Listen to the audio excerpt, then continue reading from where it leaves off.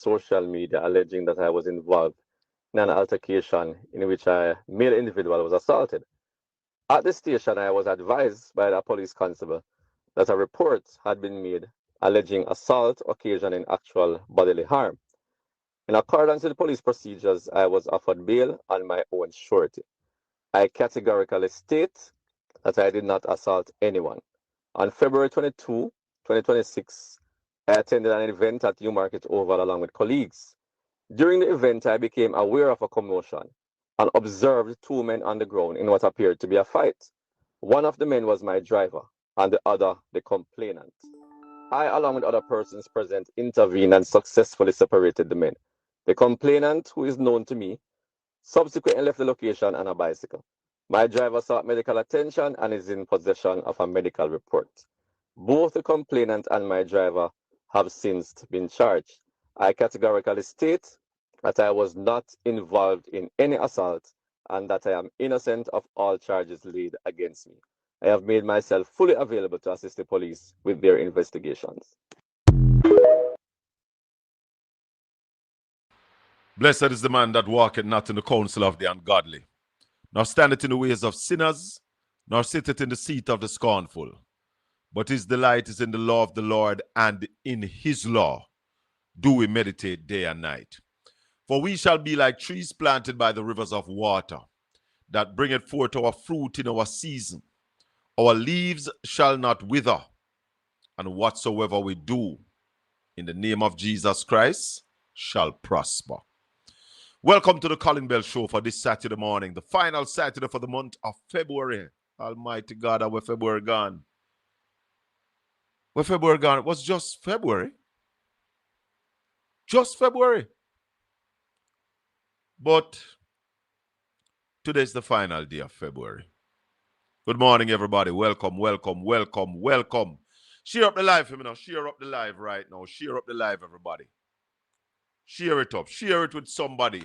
Any WhatsApp group where you're in, please just go up on the live. You see the share.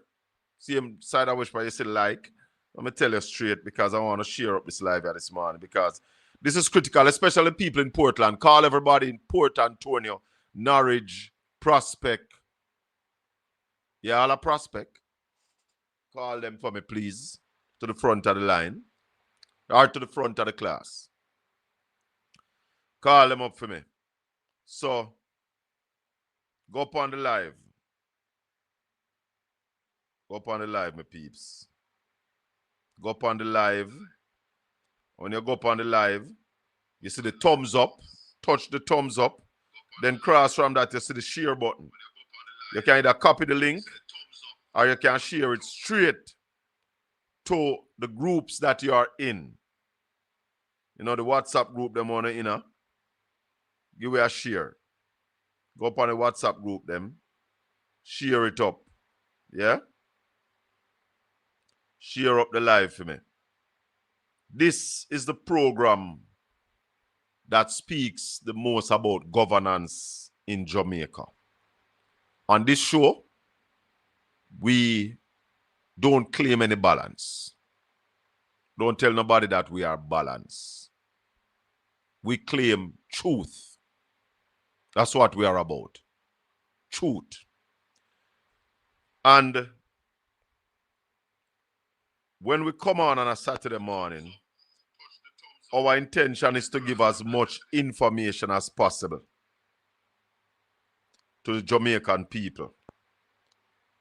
We are about what is good for Jamaica. We are about defending our island home. And we want to see our people prosper. We want to see our people live and live their best life. So we invite you one and all to subscribe to this channel, Portland Spice TV. Yeah, man. Subscribe and watch our programs. We are gradually diversifying the channel, bringing more program, and starting this Monday evening coming, we're going to have Religious Freedom with Peter Stamp going to be hosting that. And we intend to bring on other hosts. So, invite everybody to come and watch. Yeah, man. Ice TV. We are going. Don't pop it off yet, Louis. Tell them to try pre-we. Big up Portland Spice TV. Tell them to try pre-we. Big up Portland Spice TV. Remember to subscribe. See, Portland Spice TV. Louis Culture said once, so I say it again. Portland Spice TV. We are going to hold them and pop it off. Bogus match where we rip off. Subscribe, share. Portland Spice TV is here. Woo! So, there have been some social media thing going around about MP Dwayne Vaz, MP for Central Westmoreland. That Dwayne Vaz was in a fight. Me hear a voice thing on a social media clip. A man said Dwayne squeezing throat, and a man, next man said go report him and all them all do whatever. Well, Dwayne Vaz has issued a statement. And let's listen to what Dwayne Vaz, MP Dwayne Vaz, have said. As Member of Parliament for Central Westmoreland. Hold on, get it from it. Hold on. As Member of Parliament for Central Westmoreland. Today I attended the Savlamara police station following reports on social media alleging that I was involved in an altercation in which a male individual was assaulted. At the station, I was advised by the police constable that a report had been made alleging assault occasioning actual bodily harm. In accordance with police procedures, I was offered bail on my own surety. I categorically state that I did not assault anyone. On February 22, 2026, I attended an event at Newmarket Oval along with colleagues. During the event, I became aware of a commotion and observed two men on the ground in what appeared to be a fight. One of the men was my driver and the other the complainant. I, along with other persons present, intervened and successfully separated the men. The complainant, who is known to me, subsequently left the location on a bicycle. My driver sought medical attention and is in possession of a medical report. Both the complainant and my driver have since been charged. I categorically state that I was not involved in any assault and that I am innocent of all charges laid against me. I have made myself fully available to assist the police with their investigations. So, that was a statement from MP Dwayne Vaz. Man said him and a body never in a no fucker. Yeah? Now, the man say him driver and a man did a fight. So, you can see now where they are trying to push Dwayne Vaz in it. And as somebody saying in the chat room, Dwayne Vaz need to be careful because they are half time. So, we have a number of clips we want to play before we get into the thing this morning.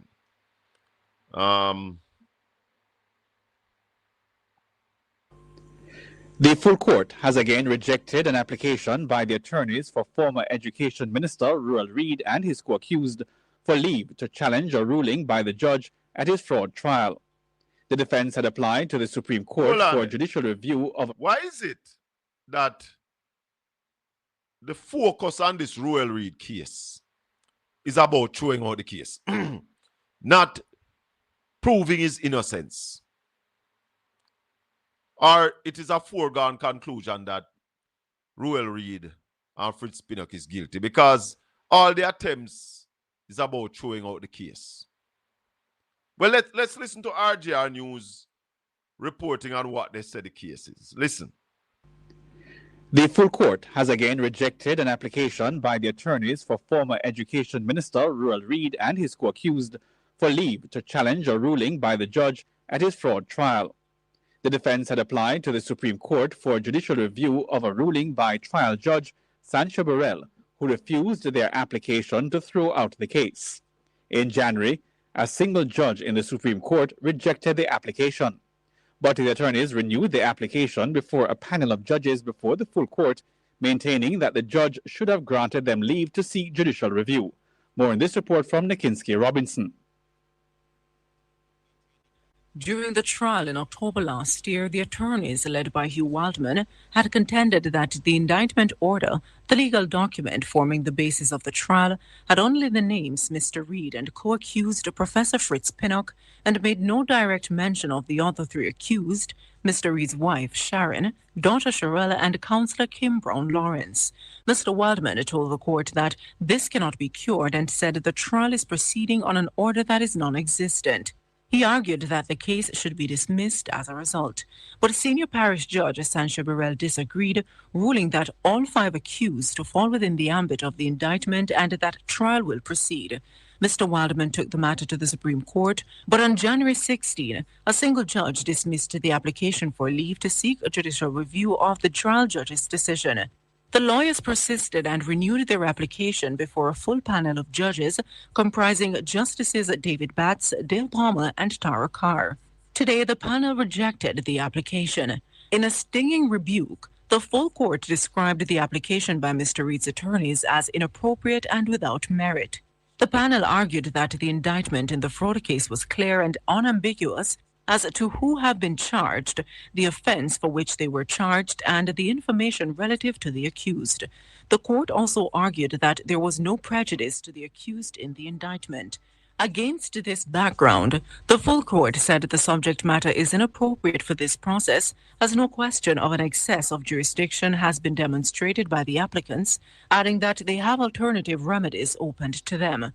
The full court made it clear that the application by the attorneys in the case is, quote, unmeritorious. They have no arguable ground for judicial review with a real prospect of success. The attorneys for Counsellor Kim Brown Lawrence were not a party to the application. Mr. Waldman told Radio Jamaica News this afternoon that the ruling will be appealed. The fraud trial is scheduled to resume on Monday. At the trial, prosecutors told the court that between March 2016 and October 2019, the five accused, Reed, his wife Sharon Reed, who was employed to the Caribbean Maritime University CMU as manager of legal affairs, their daughter Sharelle Reed, Counsellor Kim Brown Lawrence, and a former president of CMU Fritz Pinnock, participated in a scheme with others unknown, which siphoned off more than $25 million from both the Ministry of Education and the CMU. All five accused are facing charges of conspiracy to defraud. Mr. Reed and Mr. Pinnock are also charged with acts of corruption. Mr. Reed, his wife, daughter, and Mrs. Brown Lawrence are charged with acquiring and handling criminal property. They're also accused of participating in arrangements to retain those assets. Nakinsky Robinson, Radio Jamaica News. So, 3 men. Anybody know one boy named Sweeney or Weenie, one GLP vlogger? Out there talk about corruption, and there's corruption in the opposition. You know the man there? Weenie, you know the man when he Ruel Reed? You know who Ruel Reed is? Ruel Reed is Andrew Holness's right-hand man, you know. Andrew Holness appointed him as a senator. In fact, when Andrew Holness was Minister of Education, Ruel Reed was his advisor. And when Andrew Holness became Prime Minister, he named Ruel Reed as a senator and named him Minister of Education. Ruel Reed is charged for thieving picnic money. Yeah? In front of the court right now. Fired by Andrew Holness for stealing. That is corruption, winner. Winner. Because you don't know winner. Win. That is corruption. So, when you're talking about corruption, you have to start right there, so. Right there, so you have to start, winner. Morning, nephew. Hello. Morning. Morning, my brother. How you do, man? How is life with you, man? Life is good. I am still in foreign. I am still in a foreign land. You know that thing you play with the NP, Daryl, Dwayne Vaz? Yes. I heard it from the other day. Yes. And Colin, I must tell you, I give Dwayne Vaz the benefit of the doubt at the moment. I have to be limited in what I say because I think the matter before the court. But I will be surprised and very disappointed if Dwayne Vaz should really involve the way this person is alleging. Yeah. Because it he would have be not careless. convinced me. It would be careless. He have not convinced me to be that type of person. You have not convinced me to be that type of person. And it only to tell you, Colin, how some of us take the politics to a level which it don't need to. Yeah. Because you have some in your chat room, Colin, will tell lie on someone because of the politics, Colin. And you don't need to go down that road. Oh, yeah. You have some dangerous politician in Jamaica, you know. Dangerous politician, man. They take the politics to a level where sometimes it's sick me. Yeah, man. Yes, man. And boy, because I listen a clip from that person who is making the allegation, and he have not convinced me, Colin. But what Dwayne Vaz said, what Dwayne Vaz put out sounds plausible to me. The man saying seem driver and a man a grown a fight. Yeah. No, and I can understand now from a political point if Dwayne Vaz tried to part that fight. And I would have said to Mr. Vaz, just should him try part the fight there. Because nothing is wrong with that, Colin. Me know. Your instinct can go make you part it. But you see, you see the other man now, that gives him the opportunity to say, Dwayne Vaz did fight him too. Because when I say now, because what I heard in one of the clips is that the whole of them turned down on him. Yes. You understand? Yes. And if they been turned on on him, you know, think not end up in the hospital. Dwayne Vaz said the man ride away upon him bicycle. Lord God Almighty, where the wicked people come from. Yeah, man, we have to stop. But nephew, go ahead, finish your thought. No, I'm just saying that you know, I realize there is some force trying to give the impression that the man is a dangerous NP and in this, that. And not because I am a labor right and him is a PNP. But he don't come across, remember him is a second time NP, you know. Yes. And in his first time as MP, at no time anybody give that impression. So I still convinced that he's innocent to these allegations. I think the problem down at Central Westmoreland is George Wright. That man will beat the woman with a stool. He's not going down that road. Well, me a go down there. That man who beat the woman with a stool. But you realize that when George Wright was MP, you never hear no time. Since him lose, now him a come out, you see him in a social media. And I've been asking him, you know, if the woman went beat to the stool and then she married to him, she still live at Jamaica with him. Because my information is that the woman run where she can't take no more, she run where left him, you know. Colin, hey? US and Israel attack Iran. Hey, for war. Hey, you see, nephew, see Israel, you know me and Israel. I don't know why anybody would have get involved with, would have be a partner with Israel in anything. Because you realize one of the news said they bomb a school. They bomb a school. And killed a 60 children dead already, you know, Colin. Israel not care. Israel not business about life. Israel kill baby, whole lady, cripple, lame, lazy. Israel is a murderer country. Donald Trump no better, Colin. Donald Trump no better. Let me tell you something. Better barrel. Here's the thing with Donald Trump. Donald Trump head no good. But America as a country have certain standard where Donald Trump have to try to adhere to. Israel have no standard. So there's a little difference. Me now put Israel and America in the same class. Yes. There's a difference. Israel no care who they kill, brother. Israel boom all hospital, school, anything. Them no care, then just fire. America have to try. Because remember now, if America bomb certain place, you know, Donald Trump is going to end up in front of Congress or You understand? Yes. And I have to go answer some Yes. questions. So there are standards in Yes. America. But Israel have no standards. So why you a partner with Israel in anything at all? When Israel kill anybody, brother? And Colin, people say they are closer to God than the rest of us. The Israelis are closer to God. You know? You have to understand the Bible. Why you give me a liquid, a big stone Sunday gone, boy? It put away for a few days, man. Where say your ankle mash up, you have your walk and a hop. But hold on, nephew. You don't see me a defend Andrew Wellness? When? You don't see it? I know you don't see a clip? Eh? Nephew, let me tell you something, Yes. nephew. You see me as a Jamaican nephew? Yeah. Me will cuss the Prime Minister, you know? Yes. Me will cuss the Prime Minister. But you don't want nobody, a foreign, ramp with my Prime Minister. You understand? Yes. And when this congressman will come out about Jamaica will face consequences based upon what Andrew will say, the blood of Jesus is against you. Yes, man. And we plead the blood that, you hear me, no, man? Yes, man. Yes. Andrew Wole said nothing that is wrong.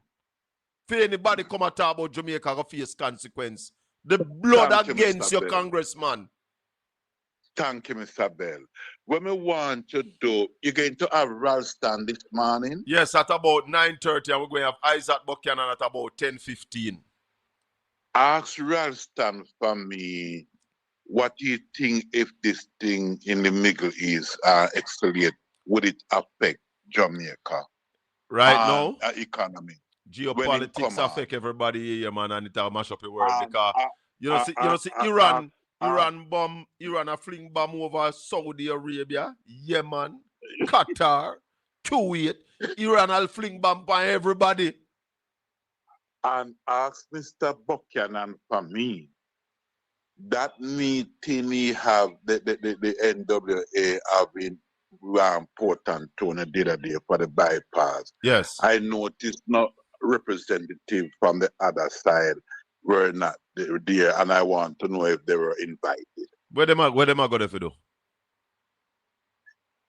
I beg your pardon? Why would they need to be there? To create problem like where Tufton creator St. Mary we done? It's one thing nobody can say about Anne-Marie Vaz, you know. From Anne-Marie Vaz lose, Anne-Marie Vaz leave East Portland, she don't come back. Nobody can say Anne-Marie Vaz down there cause no problem. One thing nobody can say about her. You don't have a mayor there and councillor there. The mayor should have been there. Yeah, the mayor know about it. Nobody never need to invite the mayor. No, not know about. I want to find out if they were invited, if any of the GLP's three councillors were invited. Hold on. The meeting was not called by Isaac Buchanan, you know. The meeting was called by the NWA. So I am sure that Stephen Shaw in his capacity would have reached out to everybody. And I think there was there was also a town cry going around announcing that the meeting would be held. You understand? And ask Mr. Buchanan if it's one term he determined to serve or he plan because the town of Port Antonio stay too bad. No man, the town turn bad for you, man. But guess what? That show you that Anne-Marie Vaz there that do shit. Yeah, that no. Then hold on. No. How long no Buchanan an MP? Hold on. How long no Buchanan an MP? How long no Isaac an MP? About 6 months. About 6 months. So you're telling me, say, within the 6 months I saw the town deteriorate? You never hear me a cuss about the town long before? Eh? You never hear me a cuss about the town before? Mr. Bell, Mr. Buchanan is the NP. Yes, and him have to fix it. No. You remember, hold on. I invited him on this program to talk about the state of the town, you know. And you know when I see him do it there? I see him put out a video where they show all of the place them with the garbage now collect, you know. Him do that, you know. Him is the MP. Him have a responsibility to get in touch with the authorities. Hold on. Garbage collection is a responsibility of the council. The mayor Yes, is but Paul yes. Thompson, who is a labor right mayor. You ever hear him opening mouth about it? Isaac Buchanan come on this program, we discuss it. Him put out a video, show us a seat at the garbage now collect. We need the garbage to collect. What have you heard from the mayor? The mayor is collecting our money under false pretense. Well, I'm not going to say I'm not false pretense, but he's well paid. He's well paid. And he's not doing jack shit. We talk again because you did that call. Big up yourself, nephew. Okay. Bless up. The mayor not doing anything. The mayor for Port Antonio, a dead stock,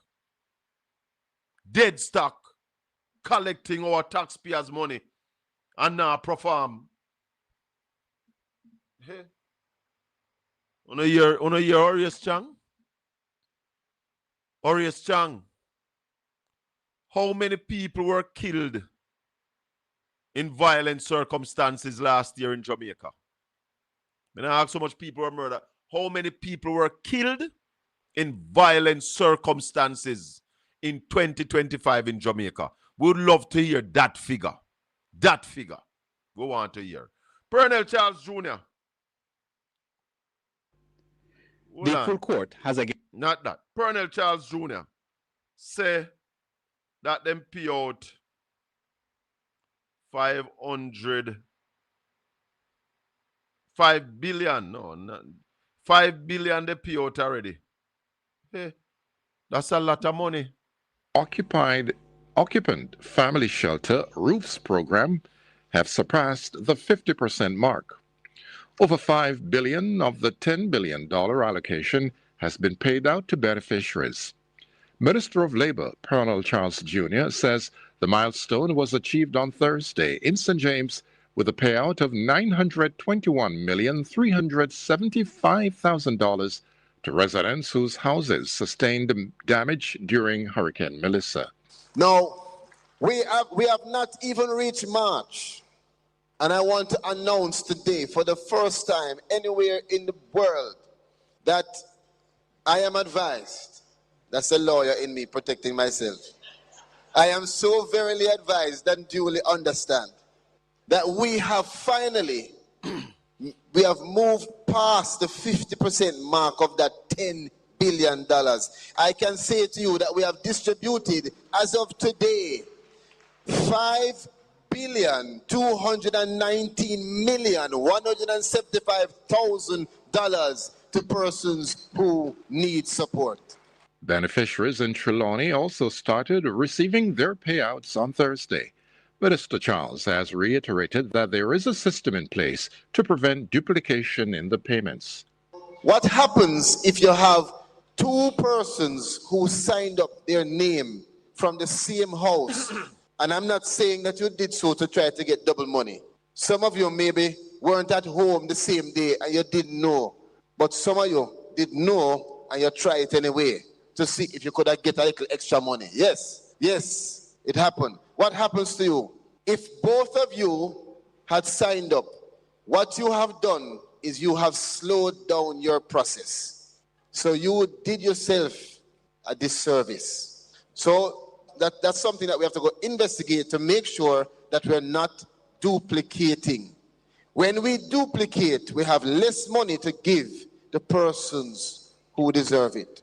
Minister of Labor Pernell Charles Jr. So, I have invited Mr. Charles on this program, and I will send him another invite. And one of the questions I will ask you, Mr. Charles, if you give me the chance, do you think that this money, over $5 billion, or the $10 billion that you intend to pay to people, do you think that this would be sufficient to make these people, or to put these people in a position that when the next storm come, either this year or next year at a category 5 or 3 and upwards, would this put them in a position to be resilient to that category 3 upwards? That is the question, you know. Because I realize the government stopped talking about resilience. And they're just now giving 75,000, 200,000, 500,000. Is that money adequate to put the people them in a better position, or this money is just to put zinc over them heads so that rain no wet them and night dew no wet them? It needs more than that. And as me say, I'm the biggest critique of Prime Minister Andrew Holness. But when him right, him right. When him right, him right. I'm a Jamaican. When it come down to it, I defend my Jamaican. So this speech by Andrew Holness, me I defend this. Address the situation in Cuba with clarity and courage.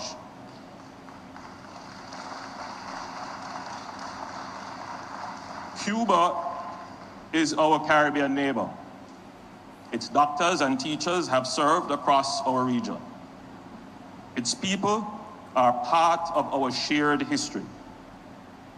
But today, the Cuban people face severe economic hardship, energy shortages, and growing humanitarian strain. Jamaica is sensitive to the struggles of the Cuban people.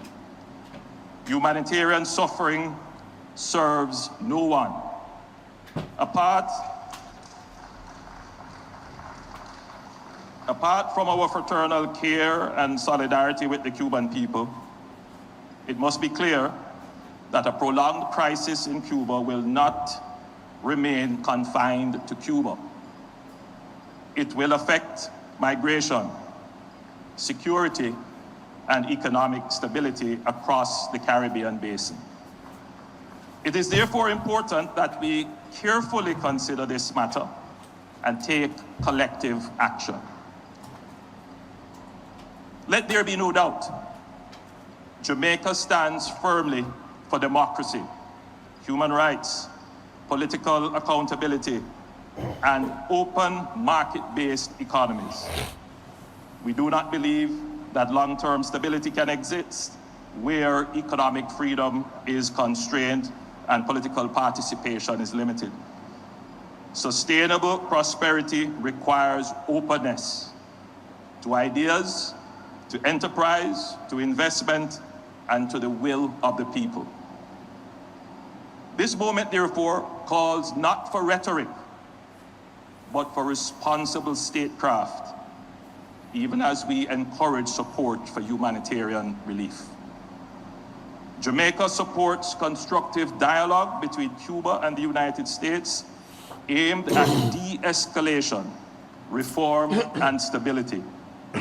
We believe there is space, perhaps more space now than in years past, for pragmatic engagement that protects the Cuban people from any further deterioration in their circumstances and instead promotes national and regional prosperity.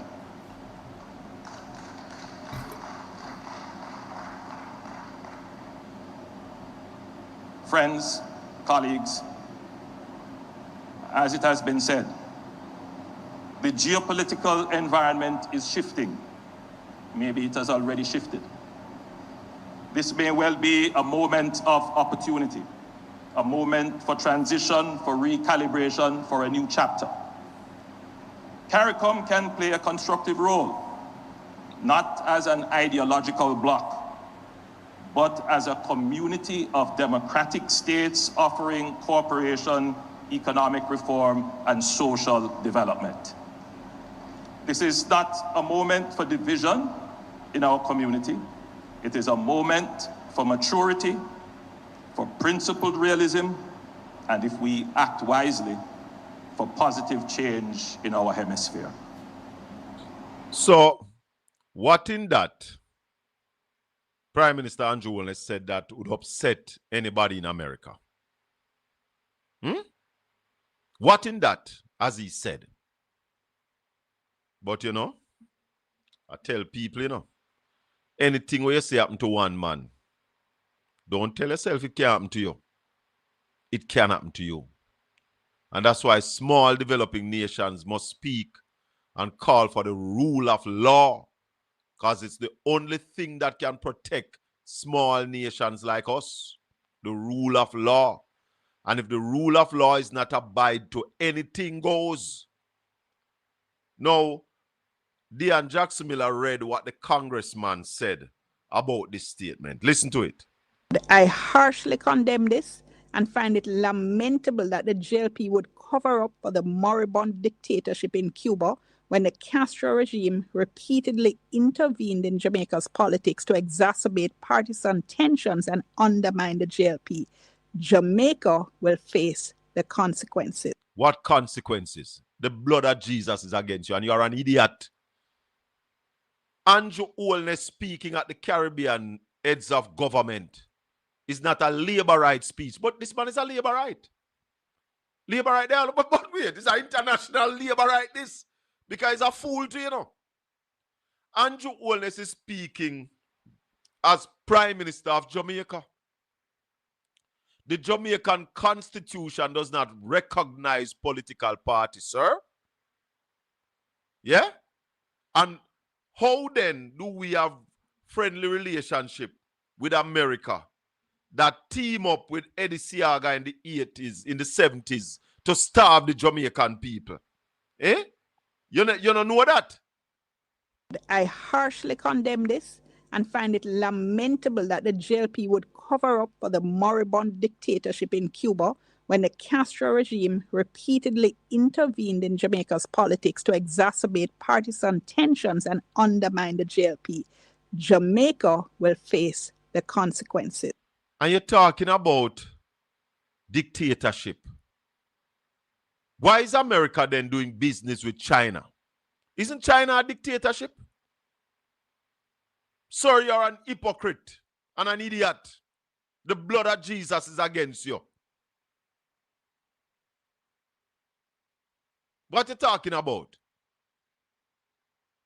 That's why I'm not going to team up with Israel. Israel. Eh? But, you know,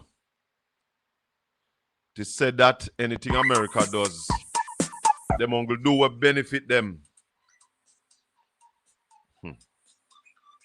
Truth of it talk, you know. Truth of it talk. Morning, caller. Hello, morning. Morning. Yes, Hello sir. to you and your listeners and all the people in the chat room. Bless up, man. Yeah, man. Me have three quick things. Me like what you say. Enough time I tell man, from me I look at you, me tell man, say anything will happen to one man in this earth can happen to anybody. Anybody at all, brother. Yeah, man. Because a man can free me, a man can free me and you go and kill the innocent. Oh, yes. Oh, yeah, talk about, man. All right, so past that. Three little quick things. One, I'm glad for the thing we come on the TV where people demonstrate on West Kingston. And the woman say, equal to them don't have no birth certificate. Did you hear that? Yeah, man. Huh? Yes. So how them vote? They don't have no you don't have to have a birth certificate for vote. Then how you have your name? And they said they're not even have the right. No. Listen. She said they not even have no name. Hold on. When you go to the electoral office, you don't have to present no birth certificate. You never know. You present ID. You don't have to present an ID. No, man. You never know that. That's what you do. You just go, tell them your age, tell them your name, and them take your information, and then but them they now want something named verification. Yeah, man. Them that me I tell you now. When you tell them your address, then them come in your yard, come verify, say that's where you live. They don't verify nothing else, just where you live. They don't verify no name. No. If them doubt your age, they might ask you for your birth certificate. If they doubt your age, and that's an if. But for them, I have proof of age and them not no birth certificate. But me ask, you hear me say it while? If they doubt your age, if that mean them no must doubt your age. So once you look like you pass 18, them just do you do the thing. That say system on overhaul. Well, you what happen now? She also said you whole part them they don't know right name, so they just call them anything. She said that. No, she said that. A few things she said were crucial. She said then done. Yeah. Which I agree say most labor right done. Whole part them can't read. Exactly. And if you come down there with school. Somebody want to know what typically comprehensive for. Colleen, So then I go over there. hold on. Colleen said no calling them asks for TRN and birth certificate. Colleen, no. No. Well, I think they have some form of idea. No. Numerator was 40. Numerator was 40, you know. I remember I am in the political system. Yeah? And I send people to numerate. I take people to numerate. I am in the system. Too, you know. Eh? Night time, I did one I cameraman them days. Then I said late 70s, early 80s. You used to work with the OJ? Yeah, man, and take picture on them thing there. Oh, okay. Okay. You don't have to have no birth certificate. You don't have to have no birth certificate. They don't normally ask for birth certificate. You hear me? Eh? I did one at Danny Buck right hand, man. Okay, cool. All right. What's the other point? Yeah. All right, next point now.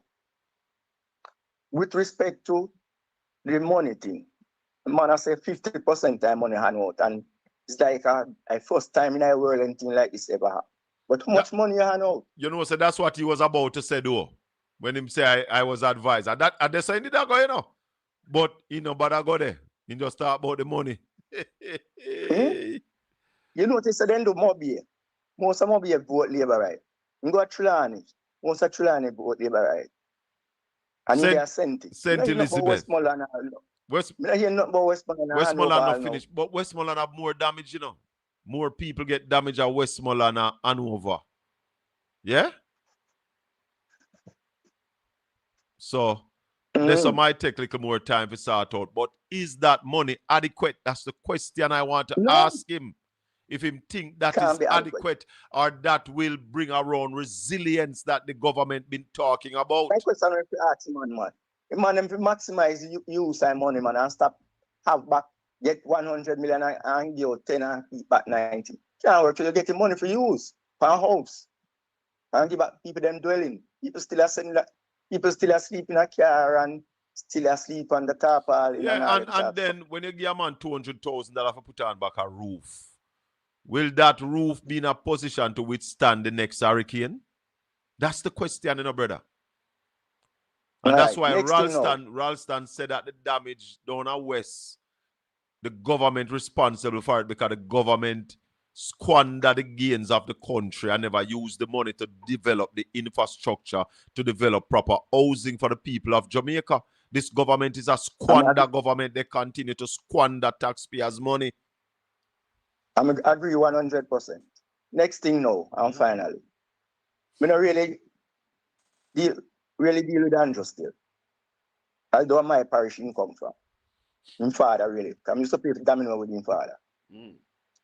Anyway, no, CIA did involve in the 80s. And I'm saying, no. Declassify things themselves. Yes, man, of course, that's a fact. That's not an opinion. It's a fact. So when me hear this idiot congressman come out and chat. Just like the way they did it, the way them doing South America, you know, Argentina. Whole heap of place, man. Jamaica was one of the few, one of many places. And I will tell you, on the record, Castro never interfere in our election. Not that I know of. Castro and Manley are the friends, so Castro assists Jamaica with a whole heap of things, Bilal school and college. No, even why you think athletics so good now? CCMGC faster? Of course. One of the best pool in the Western Hemisphere. Let me tell you something. If it was not for the embargo on Cuba, maybe Cuba would be greater than America. Of course. But what may I say too? Enough people are reason this thing out in Colin. When I got school, I want teacher teach me football, cricket, athletics, everything, you know. One. I don't know in a year time if I saw it go. Yeah, one teacher teach you football, cricket, athletics, maths, English, science, life skills. Yeah, man. Teacher named Ian Mangaroo. Me have to big him up every time. Excellent teacher. Nowadays you have one coach for shot put, one for long jump, one for javelin, One for this, one for that. How them come about? GC Foster, courtesy of Exactly, Cuba. Colin, have a great day. Enjoy your weekend. Blessings, my brother. One love. So, Horace Chang said, civil society in Jamaica live off of blood money. Coupon Horace Chang. Coupon Horace Chang too. My God. Horace Chang said, police are shoot criminal and people are vexed. Oh, you know that these people are criminals, Mr. Chang? Who said these people are criminals? Were they brought to court and found guilty? So are you saying that everybody where the police shoot last year and this year, them are criminal? You know, Dian think una compromise the thing, you know. Una compromise the thing. Because when Chang make them the kind of statement, they don't expect no better from Nationwide. Because when Nationwide bring on these ministers, they bring them on for the ministers to speak, to do their PR. So, we don't expect nothing from Nationwide. But when Horace Chang make all them statement there, that people are come out against the police when the police then go out there and shoot criminal. The question is, are you saying that everybody with the police shoot a criminal, and how do you know that? How you come to that conclusion, Dr. Horace Chang? I think it's suggestion by that what is happening out there is not quite correct. People believe that the police is doing out there to intercept gangs and kill them unnecessarily. It affects the police in the community. There are police officers who are from the community. There are families in the community. They work in the community. Same community where all the other things are happening. And I maintain it will affect them emotionally, and it is wrong. Because there's no need to do it, because Indicom was established to do the investigation and come up with a case, and they don't need cameras to make the cases. The police don't have cameras and scenes. We find a dead body on the street, and it takes 3 months, 4 months, you find out who did the murder, and you charge them. All right. It sounds to me as if you're suggesting that there should be no comment on any incident until a matter has gone through the court 10 years' time, and we see whatever is the outcome. Comments must be responsible. But I have not heard you make any specific reference or any specific... We have Ralston Hyman on the line. Raleigh, morning. Morning to the listeners. Blessings and welcome, my brother. How are you doing? I'm good. Wonderful. Raleigh, the Prime Minister finally spoke up about Cuba. And a congressman in America is saying that Jamaica will face consequences. What are you reading in this? No, Jamaica not going to face any consequences, because what the Prime Minister did was to carry Marco Rubio's message. That's yeah. The Prime Minister not said Congressman not understand so. The congressman is a madman. Yeah, man. Prime Minister said exactly what Marco Rubio wanted to say. Stop this communist nonsense and get into free markets and those things. They want to improve the quality of life. That's what the Prime Minister said. Congressman nonsense, man. I pay him no man. Democratic. The Prime Minister delivered America's message. Yeah. Exactly. So him not saying nothing to vex nobody. No. Are the Congress... He said exactly what... Are the congressman is a labor, right? Rubio wanted to say. No, but just dunce, man. Because you hear what the congressman say, Raleigh? The congressman say, oh, GLP.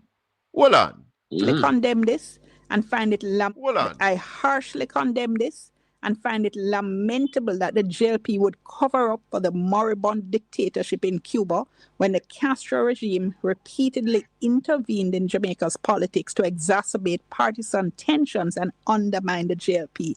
Jamaica will face the consequences. So Andrew Wellness spoke as a GLP at the heads of government or as Prime Minister? Raleigh? Raleigh? Yeah, did no such thing. What the Prime Minister did was yeah, man, can you hear me? Yes. Can you hear me? Yeah, man, I hear you now. Yeah, what the Prime Minister did was carry the American position. You have to move to more democratic thing and a more market-based economy if you want to survive. That is what Marco will do. And Trump now said that they might do a friendly takeover of Cuba. What is that? There can be no friendly takeover. What they want the regime change to go back to having Cuba as America's playground during the days of Fulgencio Batista. It's simple. But how then, Raleigh, does this make sense? America is doing business with China, aren't they? Yeah, well, it doesn't make sense. It's a game of power. Them can't tell Xi Jinping nothing. But Cuba is seen as a small, helpless nation. So it's a game of power. Him just using power to abuse the people and more weak. He can't talk to Putin like that. He can't talk to Xi Jinping like that. He can't talk to Kim Jong-un like that. So it's a game of power. The man who have nuclear, the bad man, he can't talk to them, man. He have to deal with them same way. But them still them countries are little fires so them can run up and down too. Just as simple as that. It's a game of power. The whole thing is have to do with power. Those countries nuclear you just power. mentioned. Why I think they don't want Iran to have nuclear weapon? Nuclear power because them afraid of countries that have nuclear power. Them can't talk to Pakistan like that. Them can't talk to India like that. Them place are not democracy. Well, India is a democracy. Pakistan and them thing a bad man thing around them place there. Yeah, that's what I ask you. What is the difference between China, Russia, North Korea? What's the different type? What's the difference between the style of government in those countries and Cuba? Same style, and them man they have nuclear power. Them man they have economic strength and nuclear power. It's as simple as that. So there's a long argument for them thing. So it's just bully who bully the little man and friend up the big man where I do the same thing. Yeah, man. Especially if the big man have a missile we can reach you. That's why they don't want Iran to have no nuclear missile because they're afraid a man who have nuclear missile can reach them. Simple. Raleigh, talk to us about the Jamaican economy. What went down this week in the Jamaican economy? Well, basically, BOJ activities. BOJ reduced 25 basis points, them still have 50, and them still map up liquidity. Them map up $40 billion this week, and next week, them will come back for another $20 billion. Yeah, so that are the major discussion, the interest rate reduction, and all of the groups, them must say, yo, the banks them to reduce interest rates and the minister must reduce the asset tax. All of the big bankers them will come out and I say, including Leachin, I say, yo, the asset tax will go now because it's 10 years overdue to go. But so how that's where does we are right now? How does the mapping up of liquidity equates to growth of 4 to 7% annually? No, it can't lead to that. It leads to stagnation and decline.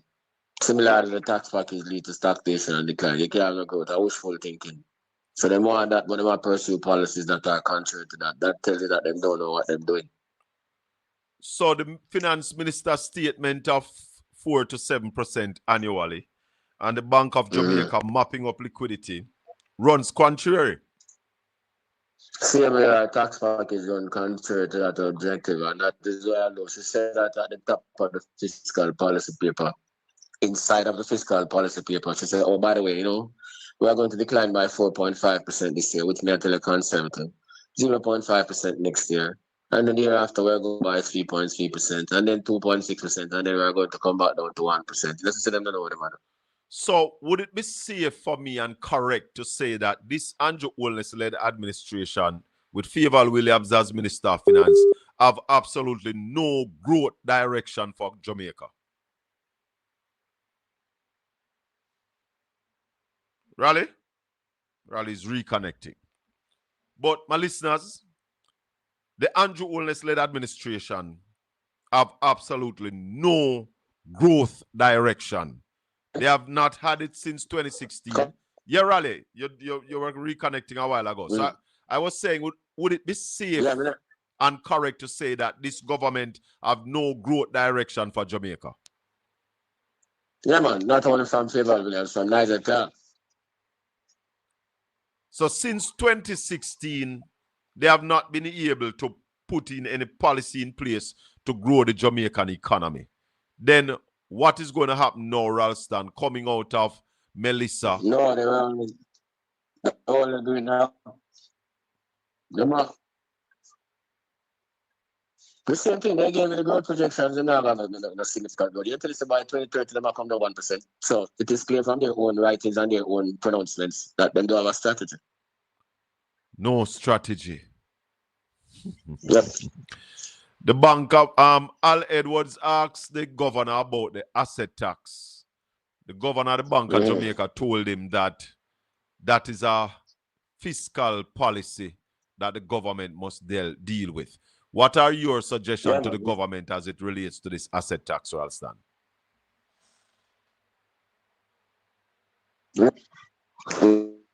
Minister talk going to come to Parliament. That was one of the first announcements she must make when she come to the Parliament on March 10th. One of the first announcements is to do what? If she's in tune with the mood of the country and she wants growth, that is the first announcement she must make when she starts to present on March 10th. She must tell the country that she's going to reduce the asset tax. What are your suggestions? To where? To where what percentage they must take it off, or they must just throw the whole light? Asset tax is only 0.25%. You can't take off the whole of that. That are like $7 billion, $8 billion. It's the total assets of the financial system are $3 trillion. And the asset tax is 0.25% of the total assets of the financial system. So that's quarter of a percent.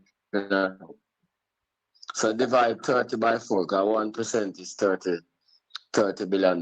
Just divide that by 4 and you see the amount of money we're talking about. Less than $10 billion. 7.5 in that region there, yeah. Yeah, man. Yeah. Business that. But the minister will tell you that there's a gap in the budget. She can't give up that at this time. But that is monkey money, because when I said to you, say, if you look on the other hand now, so you bring down rates, more people can get money for borrow. The stock market can move faster. The micro stock exchange, which you say are coming to be in June, will have more attractive. So you have more businesses and you have more production and you have more exports. All right. So you collect more tax revenues. To not understanding that the more you grow, the more revenues you can have. All right. So let's say the minister agrees with you and abolish the asset tax. What percent the banks, then the commercial banks, should after that bring down interest rate to? Well, every bank can deal with it on them one thing, but we believe say even 1 percentage points or 2 percentage points reduction in the benchmark rate, because the average interest rate right now at 12%. So if you shave off that and come down to 10%, many more businesses will find it easier to borrow, more affordable. The stock market will get a shot in the arm because the interest rates at 5.75% per annum, and then you reduce the interest rates, and the banks government still appear 11 and 12% per money. It means that more people are going to buy the government paper than going into the stock market. Because remember, the government itself see when interest rates come down here. Yes. Yep. All right. So even if you notice the 6% CDs, them now come down to 5.75%. Okay. So the more you bring down the rates, and the more the government save also, and will have more money to invest in other things. Yeah. So remember, over 30% of the debt is domestic debt. And if interest rate come down, it's less interest the government will have to pay on those debts. Less interest the government will have to pay. Yeah, the interest bill this year about the total debt service bill about 378 billion. Interest is 138 billion out of that. But so the more government can reduce its interest costs, the more it have to spend on programs and capital. But wouldn't you agree that if the government abolishes the asset tax, the banks bring down interest rate by 1 to 2%, and the Bank of Jamaica still mopping up liquidity, that would still be a process in futility and stupidity? No, well, the Bank of Jamaica would have to ease the mopping up exercise, so if you want to drive growth. So we need a combination of policies from the fiscal side and from the monetary side. So it's not just about abolishing the asset tax. It's a number of things that have worked in tandem. A number of things have to be done. Yeah. Yep. Remember, I said the Bank of Jamaica are revaluing the currency. They are 157. Yeah, the Bank of Jamaica, the currency have to come back down to about We're losing Raleigh again. Raleigh, we're losing you again. We're losing Raleigh again. He's reconnecting again. But as we've been saying, hello? Yeah, Raleigh, you say we lost you a while ago. Yes, so what I said, the BOJ have enough reserves to defend the currency at 160. The appreciation have to stop. So them have to stop appreciate the dollar without any production. Correct. So it's a number of things that will have to be done. How confident? That's why we call it growth. That is why we call it growth strategy. Right. So how confident are you that these things will be done in this government? Yeah. The madman. I have no confidence in this government to manage that, man. So you don't think they're going to do it anyway? No. Wow. If they don't do it anyway, they wouldn't have them growth projections. 2030, when we're supposed to have 2030 vision, they might grow by 1%. Nah, man. Nah, they're not, man. All them other just continue the fiscal consolidation to please the ratings agency. They're not doing nothing. And that means keeping what we have stable. Yep, and poor people are going to suffer more. Middle class get wiped out and the poor become destitute. What effect will this war that America and Israel has now launched on Iraq and Iran, and Iran is now dashing bombs all over the Middle East, what effect will this have on the Jamaican economy? Well, it means that higher crude prices, and project crude prices at $62 a barrel. Right now, that out of sync. Yesterday, West Texas closed at $5 and Brent closed at $71. So it means the country have to pay more for energy. Energy will get more expensive and will become more uncompetitive. More poverty again. Some years back, oil was like $100 a barrel and $100 a barrel. Mm-hmm. If oil get back to that place, can Jamaica withstand that kind of shock? No. Remember, I said when oil reached 134, Venezuela helped out. There's no Venezuela will betray Venezuela. So and we don't have an edge tax anymore either, even though we're collecting that money still. Yeah, man. So it makes us more vulnerable. Donald Powell, if you're not hearing anything, I suggest you restart your machine because everybody else online is hearing. So, Raleigh, what are the backup that we would have in place for increase in oil prices? Is there any backup at this time? There's none. There's none. No backup? No. The oil bill was $1.5 billion for the first 10 months of last year. So there's no say that we'll pay more for oil back to $2 billion. And again, that means the trade deficit will be wider because you're going to spend more for imports. It means that you're going to export less because your exports become uncompetitive because of their energy. Because our producers can't produce. One of the problems we have right now. That problem would get worse. My God. No. Yep. Right now, we're uncompetitive. So you can just imagine if that happens. Yeah. And that is why on the international scene, we must support rules-based thing. We can't support the baddest man because... Raleigh? Ralston? Yeah, man. Yeah, man. You say we can't support the baddest man because what? Yeah, I mean... Yeah. No, you're breaking up a bit. Breaking up, and sometimes the sound's a bit slow. Because them things come back to haunt us. The implications of those things. Yeah. The implications of what? Yeah, man. I'm saying to you, that is when the baddest man go and say, boy, them are trouble Iran and them place there and cause the oil prices will go up. Yeah, it affects us. And that is why we can't support things where because you're a bad man, you can't just do whatever you want to. We have to support the rules-based international system. And call for the rule of law to be maintained. Yep.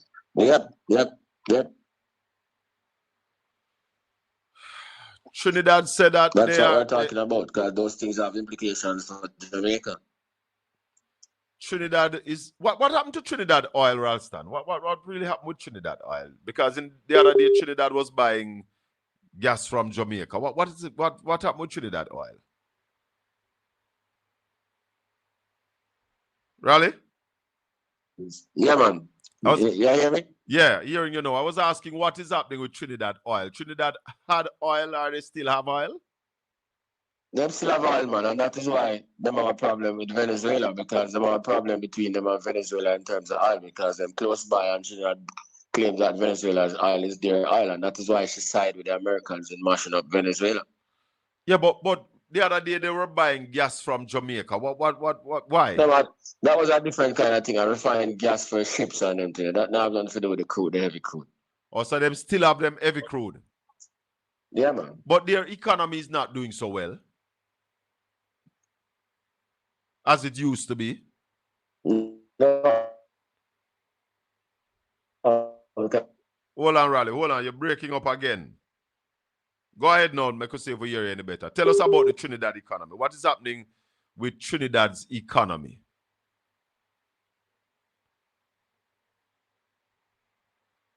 GDP, Trinidad's interest rates, Trinidad's rate of economic growth is still better than Jamaica. Hold on, we lost some of it. Start over again with Trinidad economy. Tell us what is going on there. Yeah, they have this foreign exchange constraint, right? But I'm saying to you that Trinidad's interest rates are way below Jamaican interest rates. Trinidad's inflation rate is way below Jamaican inflation rate. Trinidad's growth rate is faster than Jamaica, and their per capita income is about 3-4 times Jamaica's. So them still better off than Jamaica. Yeah, no, they are better by far than Jamaica, but a couple years ago they were in tip-top shape. They're not in that good shape again. No. Mismanagement, yeah.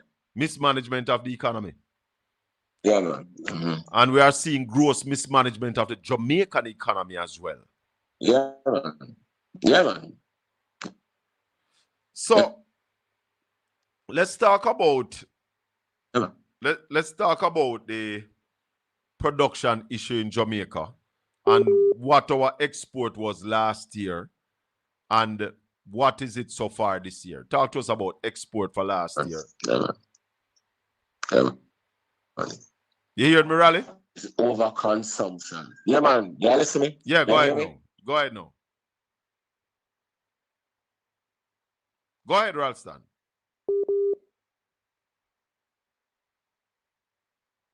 We're not hearing Ralston. Reconnecting again. We have to sort out this thing here with Raleigh. We have to sort this out. We have to sort this out so that we can get Ralston. We try use the video link. We're still having issues. Yeah, man. Go ahead now. Yeah.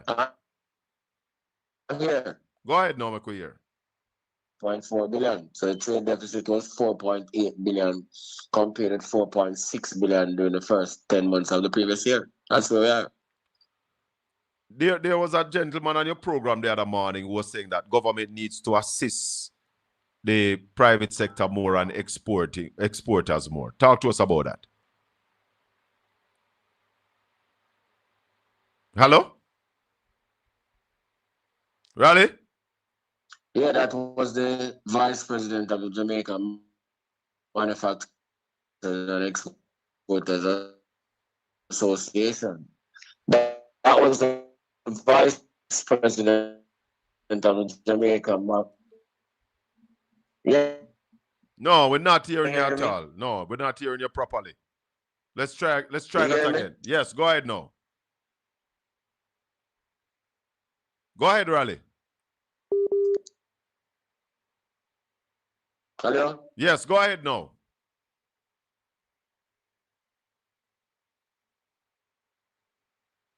Well, we're not. Hello? Yes, Raleigh, go ahead. Talk to us about the... Go ahead, talk to us about the vice president of the Manufacturers Association. Hello? Yes, go ahead, Raleigh.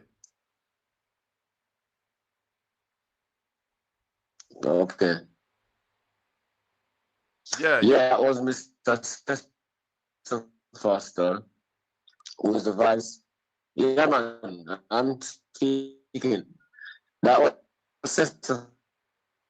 Foster, the vice president of the Jamaica.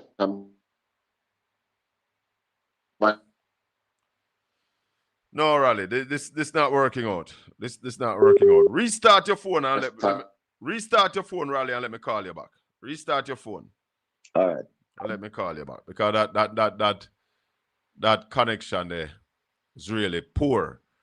As I said to your listeners and viewers, we're going to be talking to Isaac Buchanan, Member of Parliament for East Portland, at about 10:15. We want to talk to him about that bypass road that is going to be happening. And Wednesday evening we join live. This is some of what he had to say. And I did not speak out because I was not a socialist. Then they came for the trade unionists, and I did not speak out because I was not a trade unionist. Then they came for the Jews, and I did not speak out because I was not a Jew. They came for the Venezuelans, and I did not speak out because... Then they came for the Cubans, and I did not speak out because... Then they came for the youth, them where rub out them hand niggle and extrajudicial killings reach them, but I am not a... So I did not. Well, when they come for Boundbrook and Norwich, the people in Mansion Hill say, I did not speak out because what? But they forget that they are from Portland, and I'm including East and West. The point I'm making to you is this road, and I'm going to give you the hard truth, and listen to me. No member of parliament, whether they know how to dance, whether they know how to use a roller, whether you see them on the tractor, whether they make nice, fancy videos and say, look at the road that I give to you, they are not responsible for roads. The people responsible for roads. I don't want to throw Stephen Shaw. Yes, this sounds solid. So you were talking about Mr. Foster. All right, so what I said, Mr. Cecil Foster, who is the managing director. Yeah, man, he's the managing director of Fosterage and also the JMA vice president in charge of the Biden. No, sir. Not at all. A campaign. And he's saying that the government's policy them more, with the business community more before declaring policy. Yes. Because we need to produce and export more. And if the Jamaican products are more expensive because of taxation and energy than the foreign products, the people are going to buy the foreign products in order to maximize their income. And we're going to continue to run these large trade deficits. We heard the egg farmers calling out the other day. The minister said that they're extending the importation of eggs until May. And the Egg Farmers Association, they are saying that people are turning back local eggs. So that just goes to say what Mr. Foster is saying is correct. That imported eggs are cheaper. Yeah. Right. So we have to find a way to lower the production. All right, Raleigh, we're dropping off again. But Raleigh, me could talk another. I could talk another time because this morning the connection not staying with you at all. I'll shout you after the program so we can arrange sorting out this issue. Yeah, man. All right, cool. Bless up. Not staying up, not giving us the kind of quality that we pride ourselves on in the broadcast. Until, let's go back to this from Isaac Buchanan. Is the communications person, his National Works Agency. I want you to hear me out. No. What do I mean and why am I telling you this? I wear two hats. I'm your member of parliament, which means that I serve you in that capacity. I just happen to be an attorney like Mr. Stephen Shaw, and I am now forced, compelled to work in that capacity for you. Can you appreciate that? Yeah. So, for those who, and my ears clean, may use the cotton swab. Those who are mumbling and choking on their words to say, may I play politics and may shut up and do the business. I'm explaining something to you. This is serious business. This is your life. This is your neighbors. I do not care who you vote for or who you give your life to, whether it was Bustamante or Norman Manley. I'm telling you to listen and wake up, because this is Portland issues and Jamaican issue. This is about housing. This is about displacement. This is about ensuring that you live somewhere at the end of this. And if it doesn't affect you, that your brother, your sister, your neighbor, or the person you don't like still have a roof over their head in a time when climate change is rampant and we don't know when the next hurricane is coming. So any attitude that you have, I hope I'm speaking English so you can appreciate that even if you don't like me, I am constrained and willing and happy to work on your behalf, because they who know not what they do put themselves on front. No. Having said that, just hear me out. No matter how you feel, no matter who you are, rich or poor, when you leave here, here's something I'm going to tell you. Me nah ask Christ the bypass to happen. Not me doing it. No matter how beautiful they say it, that road is happening. Here where we are now. Mr. Stephen Shaw said some beautiful words about Section 3. Let's talk about Section 3. It is a notice. Whether you say you get it or not, whether you looked at it, it is gazetted. There are properties. There are 313. I'm not Damien, so I did have 319. Can't come good. But hear me. Those structures belong to people, and it's blood, sweat, and tears that they use to have it. Many of you would have approached me, and I have files for a lot of you. So one of the most compelling ones is that you have your granny and your great-grandfather buried on structures, and you grow there, and that's where your entire life and existence is. Appreciate that. So that was Member of Parliament Isaac Buchanan speaking at the public consultation meeting on Wednesday evening at the Port Antonio Primary School, dealing with people who will be affected by the Port Antonio bypass, a bypass that was first announced back in about 2014 by the Portia Simpson Miller-led administration. Was supposed to be a part of the road from Harborview into Port Antonio that the Laborites shelved. And now they are seeing the necessity for the bypass and giving it back to us. Now, this is the digital age, so them can't tell we say a for them conception. Money was there for it. Yeah? And they used up a lot of the money. Right now, we see them having problems out of Bowden. They are still going to have problem at Audley Crossing. The road, they are shoreline deterioration in Long Bay, Mansion Hill, where the road should have gone inland, all those places, White Horses in St. Thomas. Yeah? But we always have a saying that these people don't think before they do things. We're waiting to be joined by the Member of Parliament for East Portland to discuss more on this matter. But Omar Newell has made a call for NEPA to be removed from the office of the Prime Minister.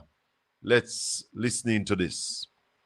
Is a release from the People's National Party Media Unit. This morning, in my role as the Shadow Minister for Environment and Climate Resilience, I'm calling on the government to immediately transfer the National Environment and Planning Agency from the Ministry of Economic Growth and Infrastructure Development to the Ministry of Environment and Climate Change. NEPA currently falls under the Ministry of Economic Growth and Infrastructure Development, whose portfolio minister is the Prime Minister, Dr. Andrew Holness. As a result, the same portfolio responsible for promoting major infrastructure expansion and economic growth also oversees Jamaica's principal environmental regulator. This is not tenable. Environmental regulation must not only be independent, it must be seen to be independent. When the authority approving large-scale developments sits within the same portfolio driving those developments, the perception of conflict becomes unavoidable. Jamaica has previously structured its environmental governance differently and more coherently. Under the second administration of Portia Simpson Miller, NEPA operated within the Ministry of Water, Land, Environment and Climate Change, giving environmental policy and regulation a clear institutional home while formally integrating climate change at the ministerial level. That arrangement demonstrated that development and environmental integrity can coexist within a framework that protects regulatory credibility. International models reflect a similar principle. In the United Kingdom, the Environmental Agency operates under the Department for Environment, Food and Rural Affairs, rather than an Economic Growth Ministry. In the United States, the Environmental Protection Agency functions as an independent federal agency. In each case, environmental oversight is structured to maintain institutional insulation and public trust.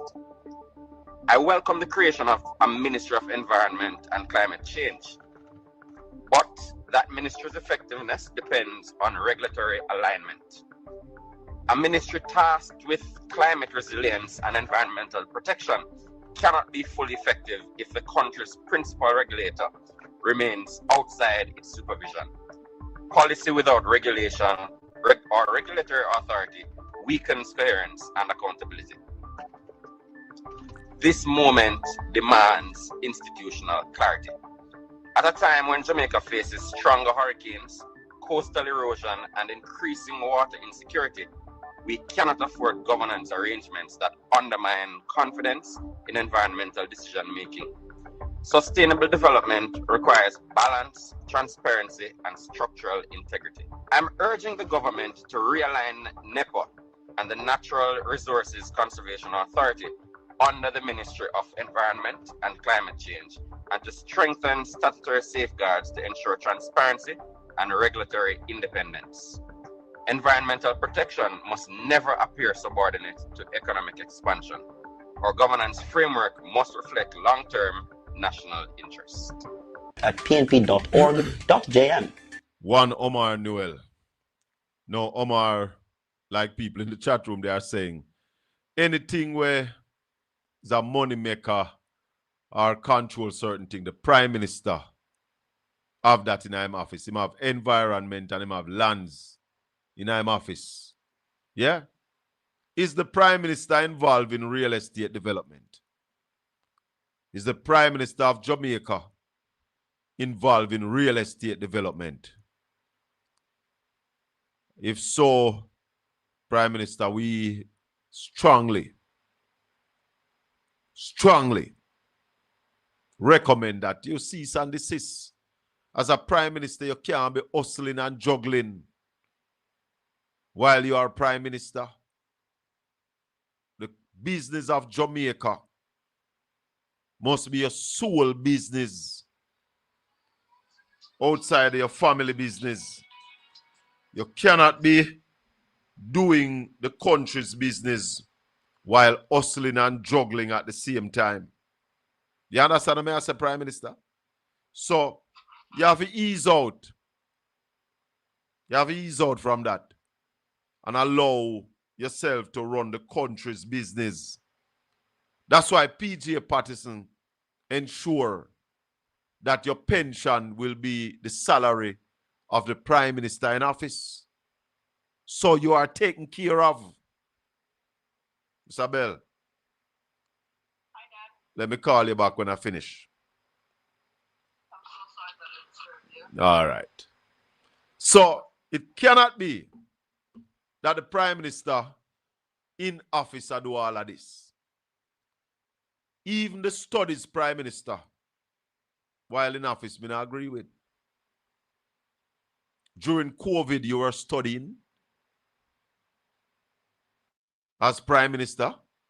Me not agree with that. Me think that is shortchanging the people of Jamaica. Yeah. Morning, MP. Ready? All right, as we said earlier. Find somewhere to put here. Go ahead. As we said earlier, well, I make the MP set up in my setup, that we would be joined this morning by MP Isaac Buchanan to talk about the bypass for East Portland. Yes. It's not a new thing. Morning, MP. Morning, Chaka. Greetings to your viewers. Welcome to Portland Spice TV. We saw you on Wednesday at the public consultation meeting, and you basically started off by saying to people that, listen, don't wait until it reaches your doorstep. Anything will happen to one man can happen to all. Yes. Exactly. So speak to us about the bypass, where it is now, when it is coming, and all of that. Well, the bypass had started. They're in advanced stages through government land. As I said to everybody, it's happening.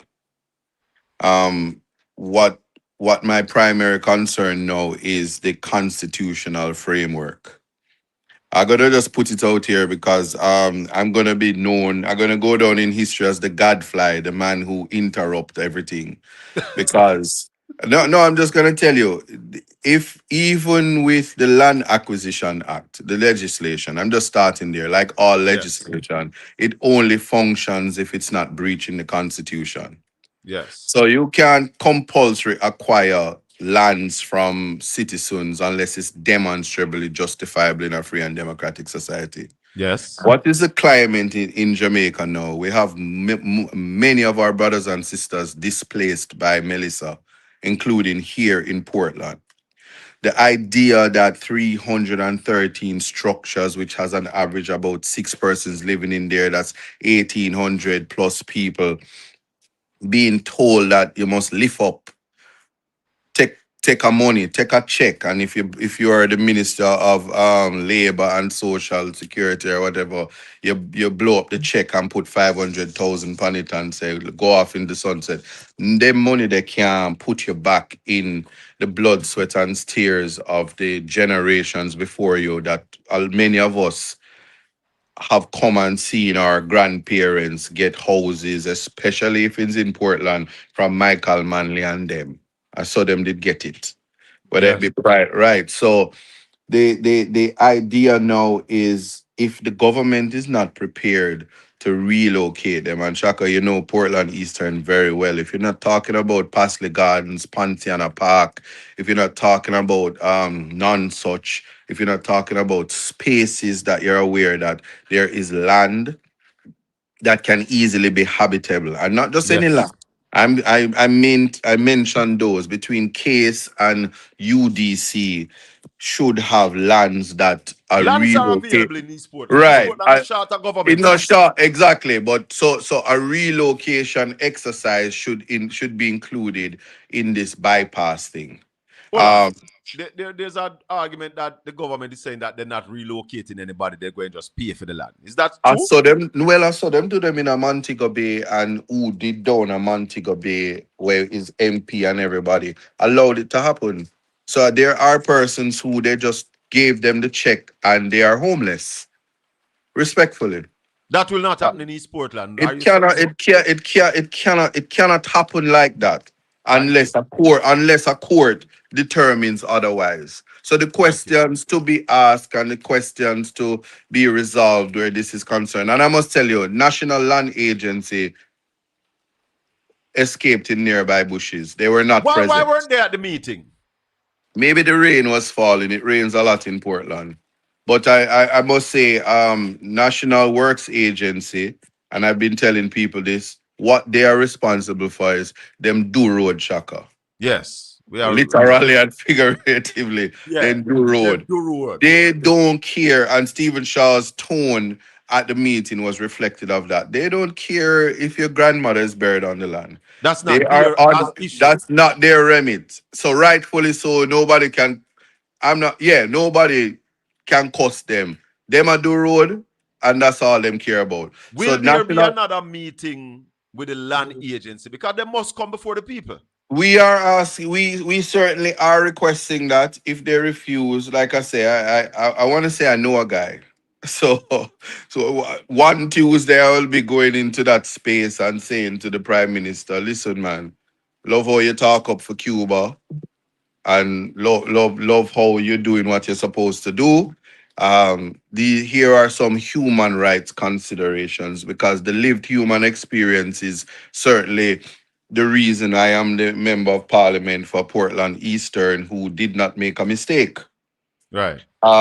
So I'm gonna speak to him and see what it is because it's the powers that be at the end of the day is gonna make a determination. But questions to ask Shaka is really this: if they can't find the money and the money is here and the money is there to rebuild the West and improve the living situation, the living conditions of person post Melissa, why are you taking up all of this money to do the road to make more people homeless? Because that's the effect of the bypass currently.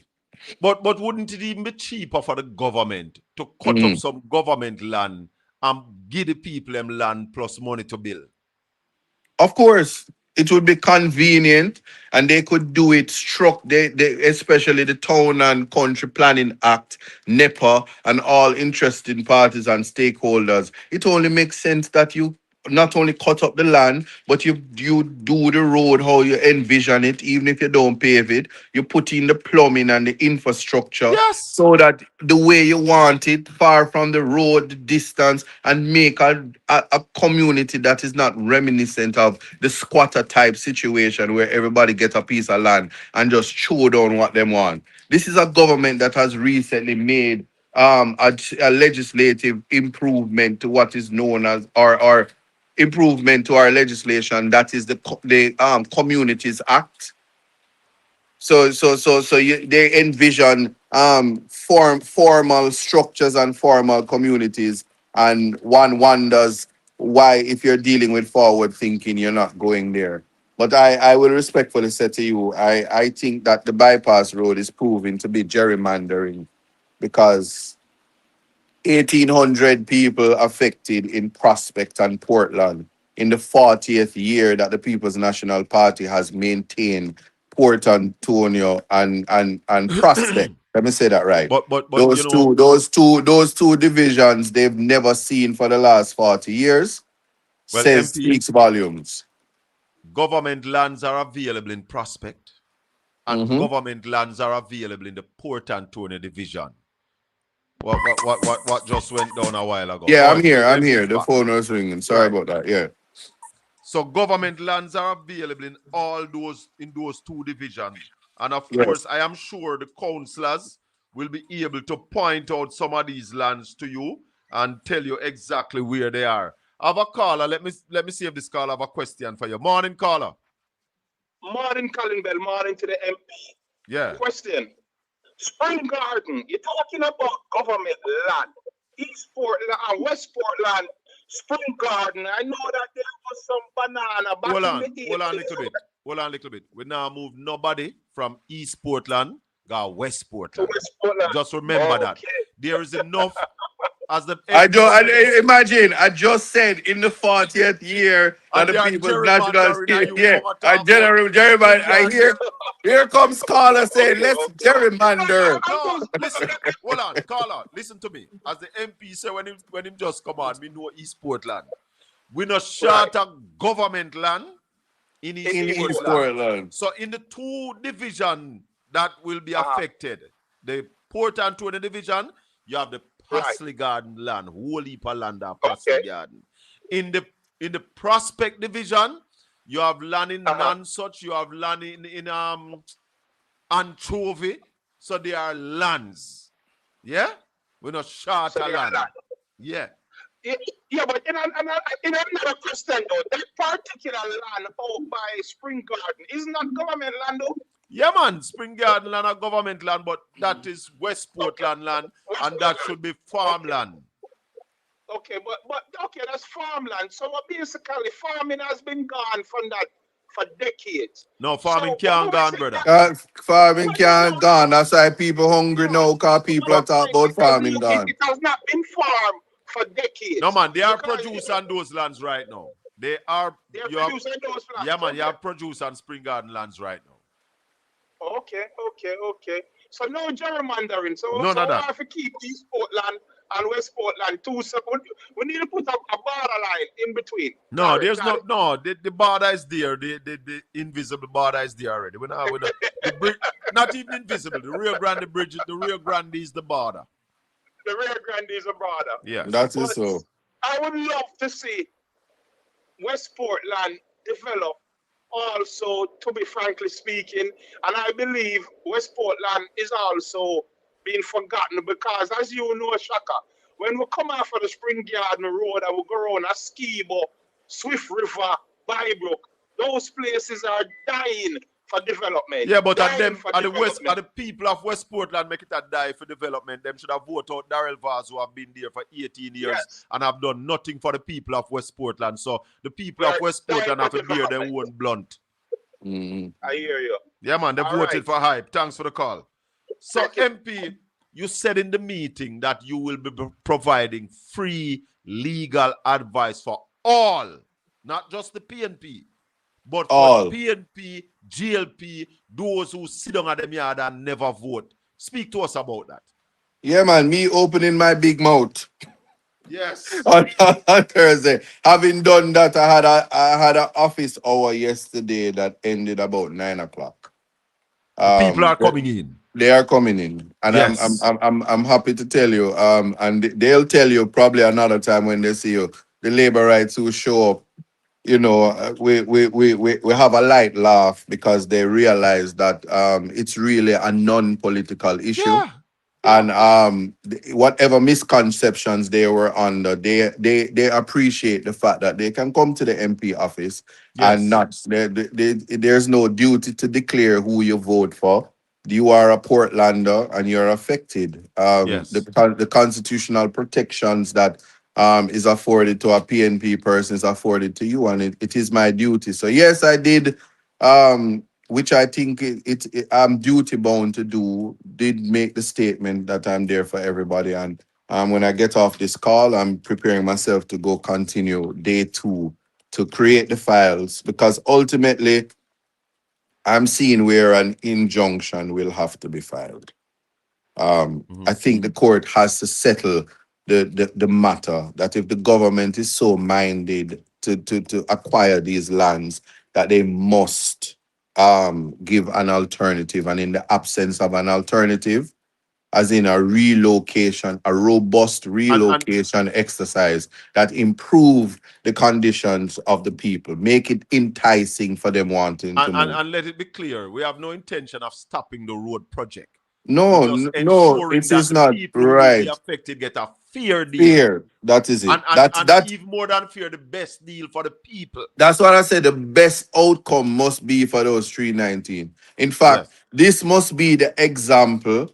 People after the bypass here and the way the country respects human dignity for the people of Portland, people from other parishes supposed to say, come run a highway through where we live so we can improve my life. Exactly. That is the idea, because what happened in the Montego Bay Perimeter Road was a travesty to humanity.